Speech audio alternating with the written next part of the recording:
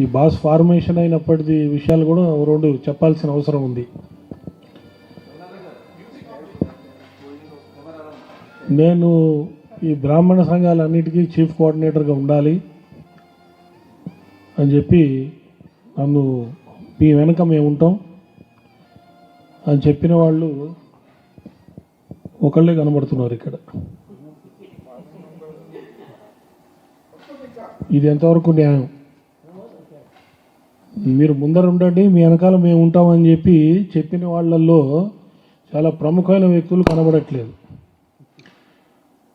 అంటే ఇది దీంట్లోకి వచ్చిన తర్వాత చాలామంది పెద్దలు చెప్పారు నాకు, ఇట్లనే తోస్తారండి ఎవరినొకళ్ళని ముందరికి తోసిన తర్వాత వాళ్ళు వెనక్కి జరిగిపోతారు అని చెప్పి. అంటే నా మెంటాలిటీ వారికి తెలియదు.